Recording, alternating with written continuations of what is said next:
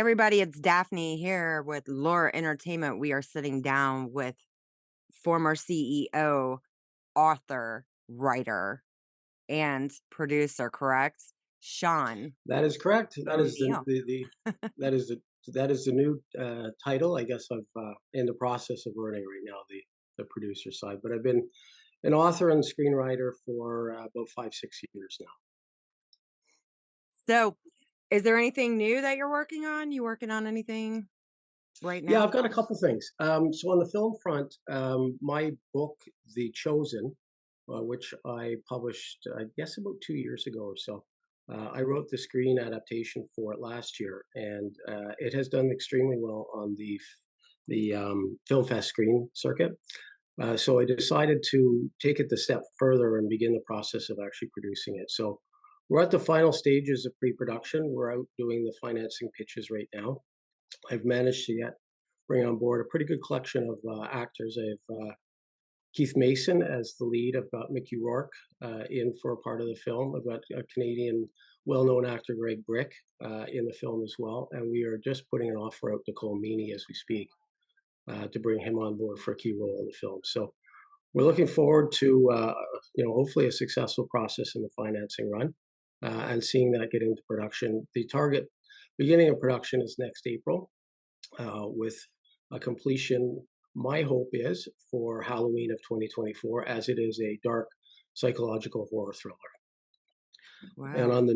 on the novel side, I am just wrapping up my 14th novel. This one is a little bit different than my previous ones. It is a erotic romantic thriller set in 1953 post-war Tokyo, Japan. So I've got a few things on the go, I guess you Wow. could say. What's your favorite genre as far as your writing? Uh, so, I mean, everything I write has at its core thriller. So I write a series. I've written a series of romantic thrillers. I've written dramatic thrillers, um, and I would say more kind of horror thrillers. So what comes naturally to me, I'd say more than anything else, is the horror thrillers. I don't write, the Scream or Friday the 13th type of stuff. What I write is more of the you know dark, foreboding, thriller-oriented horror stories. I get comparisons. A couple of my books have been compared to Stephen King type of works. So I create that type of material. It goes back really from my perspective. It goes back to what did I enjoy growing up, right? So from a author perspective, I enjoyed Stephen King, but I was much more a science fiction and fantasy reader. But what did I watch on TV? Yeah, I was up Friday and Saturday nights watching those horror movies. So I guess I'm trying to recreate a little bit of my own past. There you go. I like it. So tell us about you as a person. Who is Sean? Well, I guess I've had an interesting journey. I'm 59 years old now. I spent 30 years of my career in corporate. I have an MBA from one of the top business schools in the world. And I always thought that was what I was intended to be, right? I was a very creative person, but I always thought I was intended to be a businessman. I followed the path of my father. My brother is the CEO of a software company as we speak. So, it's a little bit in the blood. What I found as I got older was that I really was a very, I'm quite well known as a very good storyteller. So I thought, one of these days, maybe I should do something different. I don't want to be the same thing from cradle to grave. So at 53, I decided to walk away from corporate. Kind of shocking, walking away from corporate because everybody looked and said, "What are you going to do now?" Especially my wife said, "What are you going to do now?" So I said, I'm going to be a writer. I'm going to be a writer." Everybody kind of looked at me and said, "Okay, well, good luck with that." And I will say the first, a couple few years, you're figuring out, you're finding your voice, right? And you're finding what are the stories I want to tell? How do I want to tell them? How do they relate to my life? How do I, where do my characters come from? Like, so all of this has been in my head and it's been there for a long time. Yeah. So admittedly, it took me a little bit of time to get to the point where I am today, where I map out my next couple of years. I know what books I'm going to produce because I've got 8 or 10 and already planned out, and I've created the beginnings of them. Often I'll write the ending as well very early on, so I'm just connecting the dots is what you're doing in the story. And then as I started garnering success on the writing side, I decided that I've been a film buff my whole life. Maybe it's time to actually take these great stories. I've got a pretty good following now. I'll take these great stories and turn it into the movies that I loved watching as I grew up. So I went back to university here in Toronto. I went to Ryerson University, which is very well known for film. So I took the film studies. I didn't decided not to do a full degree, but I took their diploma program, which I'm still in process of doing. But I learned the basics of screenwriting. I learned advanced screenwriting. I learned the basics of movie production. I just set about doing it myself. So not unlike the books, the film scripts initially, they were rough. The stories were there, but the way in which your words interpret the story or present the story, I needed to evolve in that space as well, and I have. So I've now won a dozen plus film festival as the best script. I've been nominated in I don't know 30, 40 plus film festivals, and this is just in the last 2 years. Yeah. So I seem to have mastered the art of that. And as to who am I'm a storyteller. And I've found mediums in which to tell those stories, and I'm not going to lie, I don't make the kind of money I did as a CEO. However, I'm a much happier person. I'm in control of my destiny, and I'm telling stories that people seem to enjoy for the most part, uh, reading and hopefully soon enough watching as well. So, for the people out there that don't know who you are, tell us a little bit about books that you've written, the names of them, what they're about. Sure. So I just mentioned my latest. It's called Jill, and that's coming out. I'm hoping the second week of December. We're kind of going through the last stages of editing right now. Mhm. I have brought on board a second author to take care of the erotic scenes, and she's running a little bit late, so it may be slightly delayed. But going back on previous books, my last one was called the Omega Variant, and it takes place in 2025 in the U.S. and it follows 3 vignettes of people going about their lives and trying to survive as a new wave of pandemic hits the country, hits the world really, with a 17% mortality rate. And really, what the book exposes is the fact that the country has become very polarized. And what you see with the challenge of such a horrendous event, it pulls the left and the right even further apart, and the country descends into the initial stages of a full blown civil war. So that's kind of that one gets compared to King all the time in the style of writing and style of the story. I have a series called the Judgment Day series, which again is that psychological type of horror. It takes the first one is called The Plague, and it's essentially where I create the concept of the story. It's based on this idea that the Earth travels into a dark matter region of the universe. So I have also have somewhat of a scientific background, so it plays into some of my stories in my novels as well. So the plague is where this whole concept starts, and then it plays out sort of in uh, not perfectly in parallel, but slightly offset in parallel of Demons, the Judgment Day, and then the third one, which takes place in of all places, Las Vegas, Sin City. Where else would you want to be for Judgment Day than Sin City? So I really enjoyed that book because yeah, again, my books have a little bit of my character in them, of course, the creator. And that one was fun to create a lead character that had many of my own personal flaws in it. I won't claim to have been a saint my entire life, so there are some history and stories there for you. Um, Nobody's really a saint their whole life. no, no, They you can know, try, but, that well, just never happens. no, it doesn't. And so what's interesting in being able to write is you can tell your own stories through it.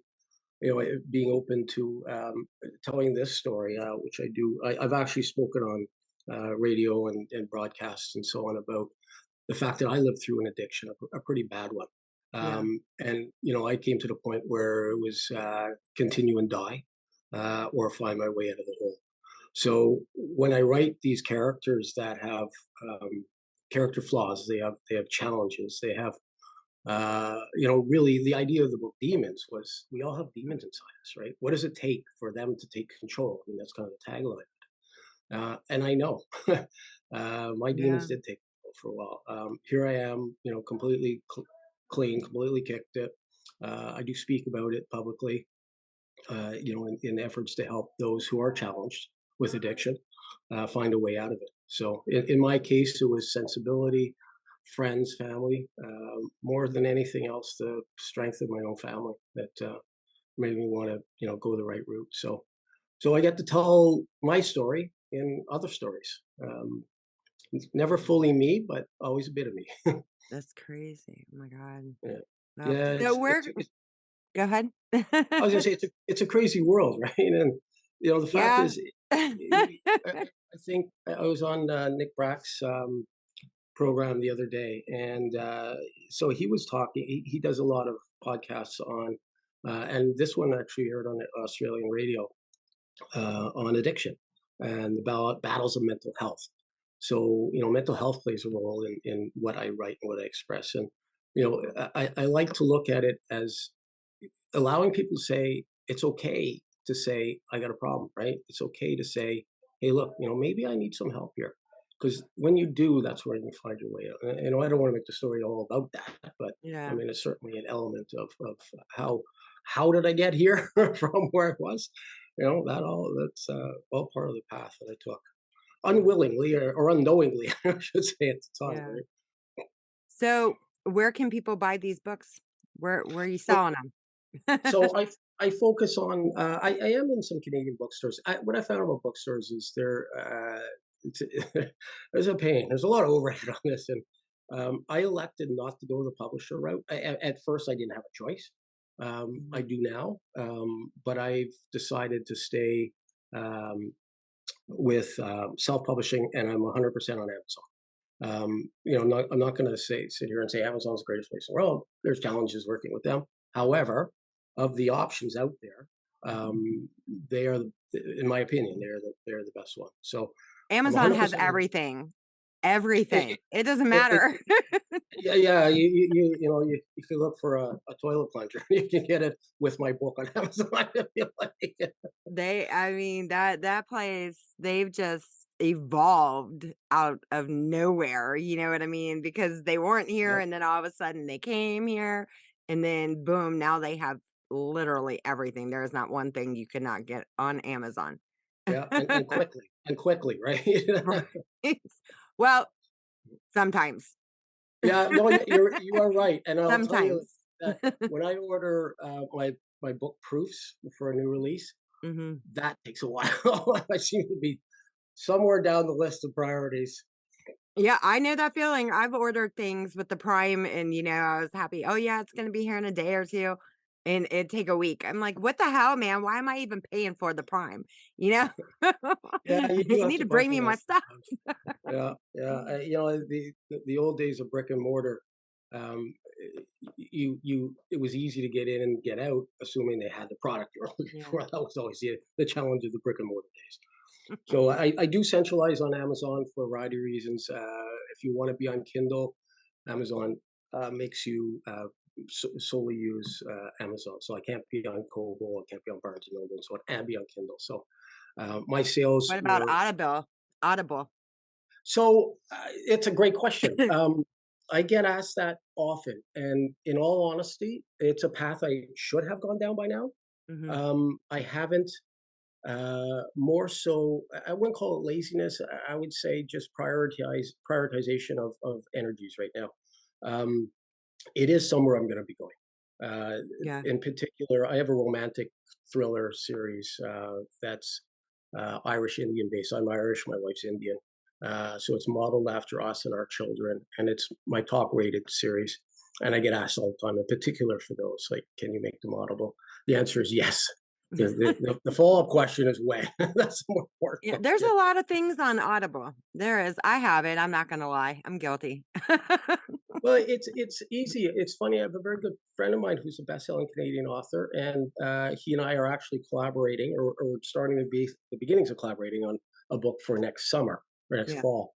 And he keeps saying, I keep saying, well, you need to read more of my stuff as we get closer. And he keeps saying, well, can't you get it on audiobook so I can start listening to it in the car?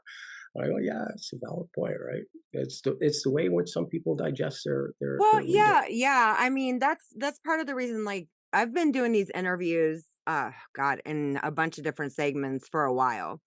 And I was thinking, because I end up doing the same thing, listening to stuff if I can't watch it, or, if I don't have time, because I'm always working.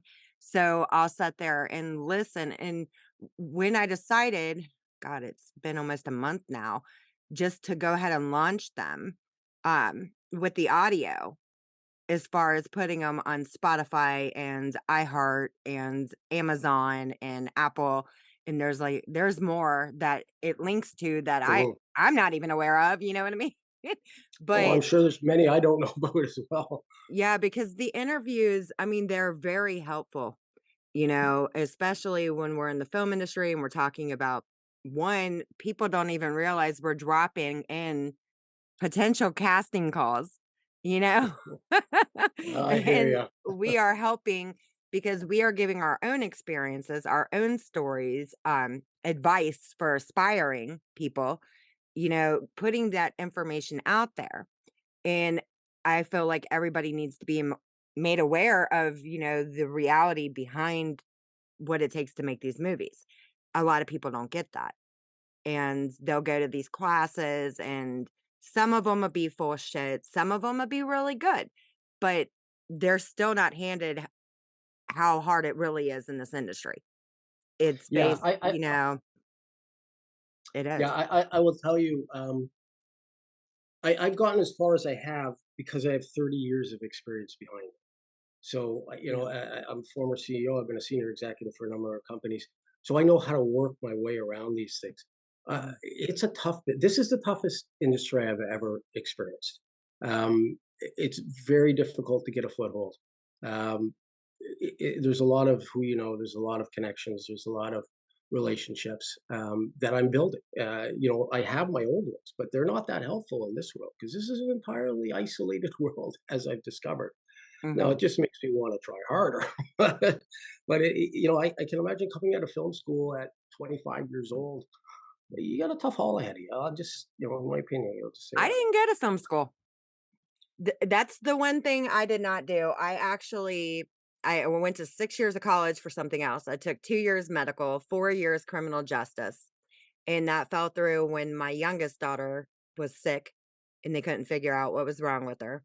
So Mm. then I had started my own business because you can't fire yourself, you Yeah, know, that's a right. and that's what it was coming down to, because I had to keep leaving work to get her from school because they thought she was just sick, and that was not the case, and I had explained this numerous times to these people, and finally, I was just like, "I'm just gonna start my own business," and I was about to go to police academy, and finally, I'm just like, I can't be away for 36 weeks."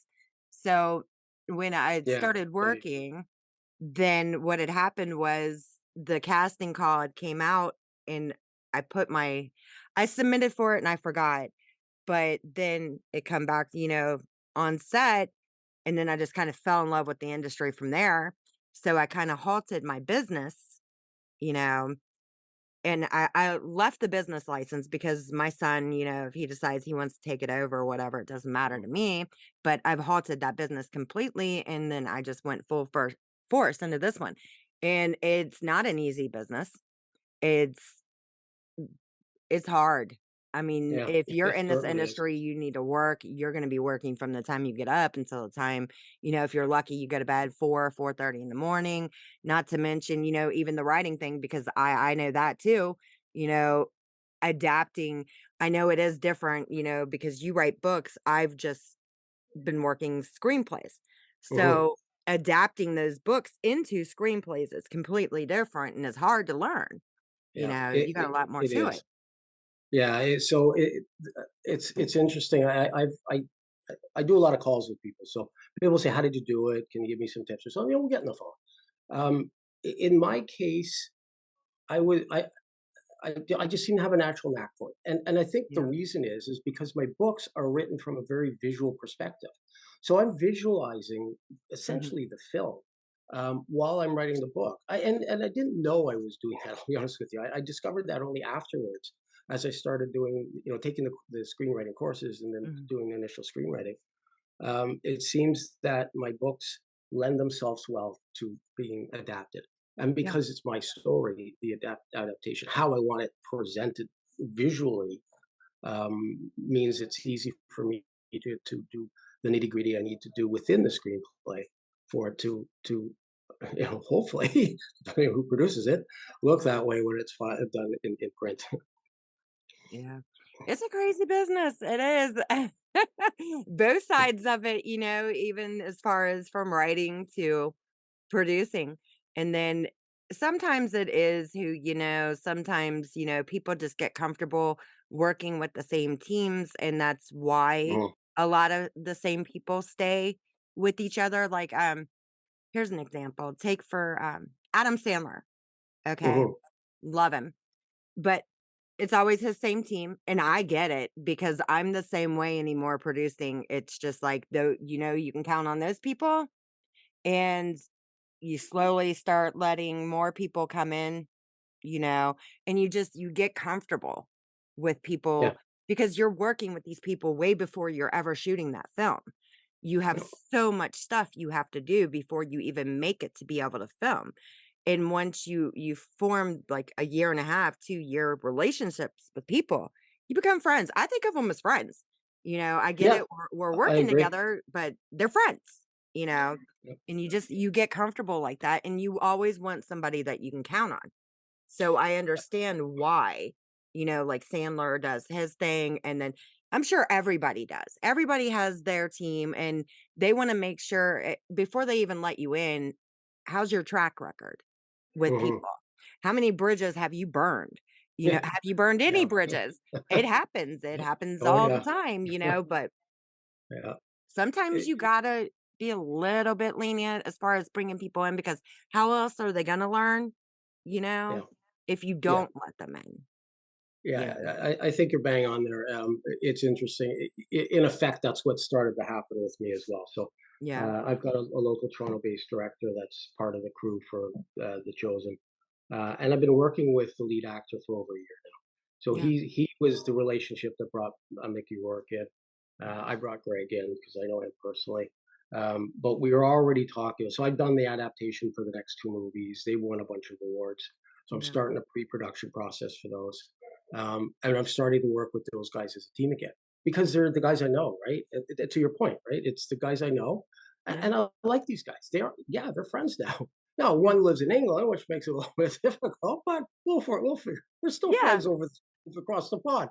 We'll figure that one out in time. Well, I mean, there's Zoom, Yep, Facebook, and I mean, yep, there's so many things of ways of talking now that it makes it easier. It doesn't matter what country you're in, you're absolutely because Facebook, if you can't get to them one way, you link them another way, as far as the video thing anyway. If you have to use the Facebook Messenger, a lot of people see me on Facebook. I know they see that green light pop up, but usually when I'm on Facebook, if I'm not launching something, I'm only on there because Messenger. That's it, and I keep that okay, for yeah, my kids, and that's the only reason. So if somebody sees me on there, that's what it is. I'm in my Messenger, not not on trolling, Facebook. Yeah, yeah. I will Yeah. admit I I I use Facebook less and less and less these days. I was late to the party with it. Mhm. Um, found like many, that it was easy to get triggered on it, and decided that, I'm gonna stay out of most stuff now. So LinkedIn, all up above, all positive messaging, all Mhm. community oriented, constructive, helpful. I mean, that reflects who I am. Facebook's a little irritating. Like, I used to like Facebook, but Facebook is a little irritating because, 1, there's just so many haters out in the world, There are. and they are so self-evolved, and it's just ridiculous, the kind of, the shit, and then you gotta worry about hackers, which, I mean, you do that everywhere, but the level of professionalism, basically, on Facebook is it's ridiculous Yeah, because I would. there's barely any, and that's Yeah. why a lot of professionals like ourselves have moved to other platforms that I'm not going to name because that's the reason why. Well, I agree with you, and I'm so again late to the party with Facebook, Yeah. and never really made it anywhere else. So I use Instagram once in a while, mostly to keep contact with my two daughters, because they're Mhm. on there. They won't connect with me on Facebook for some reason. I guess they don't want Kids daddy don't. following me. They don't. Mine don't either. Don't feel bad. It's all right. Uh, yeah, so they let my wife in, not me, so I get the updates from her. But LinkedIn is where I spend, probably in terms of online presence, 70, 80% of my time. Keith Mason, who's our lead actor in The Chosen, he's a TikTok guy. He's got 1 million followers. Mhm. So from that perspective, it's a great channel to reach out, and we are going to be reaching out to that channel as the film gets closer. But I don't have the patience or the stamina to try and or the oh well, see well the lack of professionalism to try and build that kind of a network on Yeah, a you our always side. have to stay clear of that. I mean, it's just I don't know. I think I just get annoyed anymore by the social media. I really do. I don't know why. I used to like it, but you just see so much bullshit. It's It's all always like bullshit. that. Yeah, it's all bullshit now, and it's unfortunate because it's a lot of people can't see truth from bullshit. So it's there, in my opinion, and again, I Mhm. speak to that in some of my books. The destruction of truth and the ramifications of that. So there is no more source of truth. Like somebody can say the sky is green now. You say, well, no, it's blue. No, no, no, it's green. I thought these people have said it's green. Like, wait a Oh second, my god, yeah, we can't I know agree on that. exactly what you're saying. I have to get on to my daughter, not my youngest one of my older ones, because every single time that girl needs some information, she's like, "Well, I heard this in my Facebook group," or "I heard this." I was like, "You can't even believe everything you friggin' pull up on Google because some of that shit is not true." I Yeah, was like, "So get it straight, read a book." You might learn yeah, a little bit more than what some of these idiots are telling you, or even what was placed out on Google. Get your facts yeah, yeah. Facts is from a a book. facts is a difficult word these days, and the Oh reality is God. they want instant uh, gratification, perhaps is a loose Hmm. term, but they don't want to have to go to a book and read something to find something out. It's easier if I go to Facebook or go to Google. What is this? Blah, blah, blah. And whether I get truth or not doesn't matter. I get an answer. And if I don't have a deeper, richer background in terms of my understanding of the world, of communities, of politics, of business, and so on, then it's easy to be fooled. Now, if I spent 30 plus years Hmm. reading, traveling, listening to people's opinions and stories, it's harder to fool me. Not that it can't be done, but at least I have a background that allows me to say, "Oh, wait a second. I don't know if I that doesn't seem sensible to me, right?" And I think that's what's lost today. It's laziness. And I mean, let, let me give you a for instance. Okay, it was about a week ago, and my daughter was on her calculator um, for school, math. And I'm like, "What are you doing?" And she was like, "Well, we can use the calculator to figure this out." I was like, "What the hell happened to math, man? Back in the day, I swear to God, I come home and this is no shit every day because I was an honor student. So books, stacks of books, this big. and I was doing homework from the time I went in until 1 o'clock in the morning. We had to do it all by hand. And then the math, the way they've Mhm. changed the math now, I mean, say 300 plus 10, 310. Okay, it's not that anymore. It's 3 0 0 0 0 0. You know what I mean? Then you Yeah. minus, and then I'm like, what the hell is that? If you just write Yeah. the shit on paper, you might figure out the answer. I don't believe Yeah. in that, you know? Yeah. I like I refer to it as new math. Oh my God.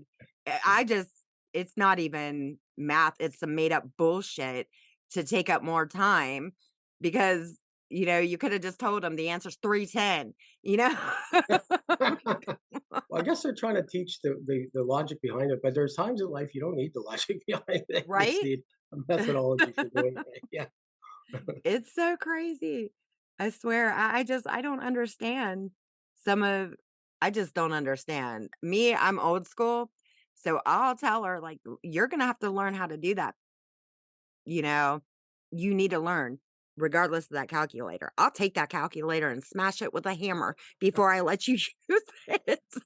Yeah, my kid, it's funny because 'cause they'll say, "Daddy, what's this divided by this?" And boom, comes right up, right? I don't need to look at anything because I spent most of my life doing it like that. Yeah. And they go, "Well, how did you figure that out?" I go, how could you not figure that out? I mean, Right. it's not that hard. Oh God my forbid goodness. that something should happen and that all technology should disappear because they're gonna Right. have a hard time. Actually, I wrote a book about that. It's called Love in the Time of EMPs. It's about a pulsating solar flare that burns out Earth's technology, and it's about how a group of 18-year-olds from the barrio in New York make their way across the country on old school motorcycles, pre fuel injection carburetors, because they won't burn out in an EMP blast. And it's but they're a different generation than my generation of kids Yeah. here, because they actually make it there. My kids Oh, they will know where to protest stop. if they lose that Snapchat. Yeah, that's right. I'm Yeah, we'll wait till all the cell towers are burned out and power's burned out. Yeah, and I don't think anybody here even knows how to start a fire from scratch. right. We do. Yep. Oh yeah. Yeah. And I We tried to got it teach them. covered. Oh no, it's just living in a crazy world, man. I'm telling you what. Oh my goodness. No And offense to everybody out there. Don't cry about it. We're just kidding. Goddamn. Okay. I get the pleasure of writing about it at least. So I have my therapy. I hear you. All right. So we are going to wrap this up. I'm definitely going to tell you. Thank you, Sean. Stay on um, after we're done for Thank coming you. on. And thanks everybody watching. Happy Thanksgiving. Stay safe. Be careful. Don't drink too much. Bye.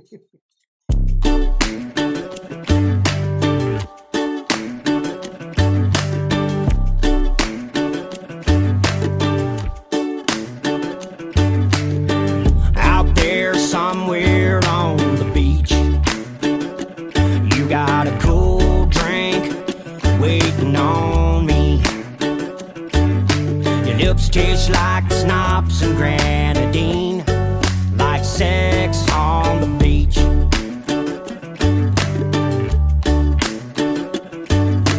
We go back, we got history.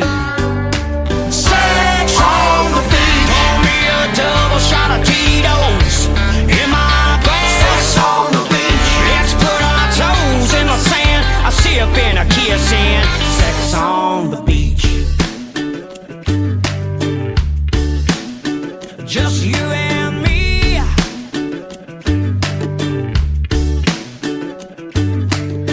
We never forgot that summer. We were long overdue for a do-over. Your lips still taste like schnapps and grenadine, like sex on the beach.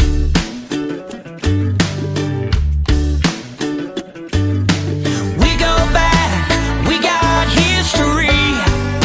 Sex on the beach. Pour me a double shot of Tito's in my glass. Sex on the beach. Let's put our toes in the sand. I sip and a kiss in. Too young to ever be lovers. Too young to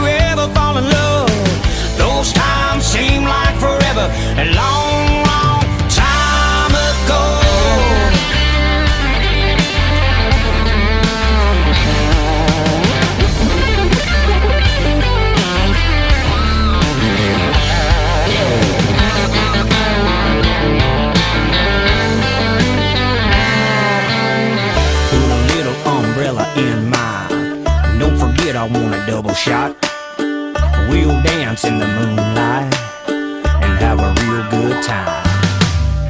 Pour me a double shot of Tito's in my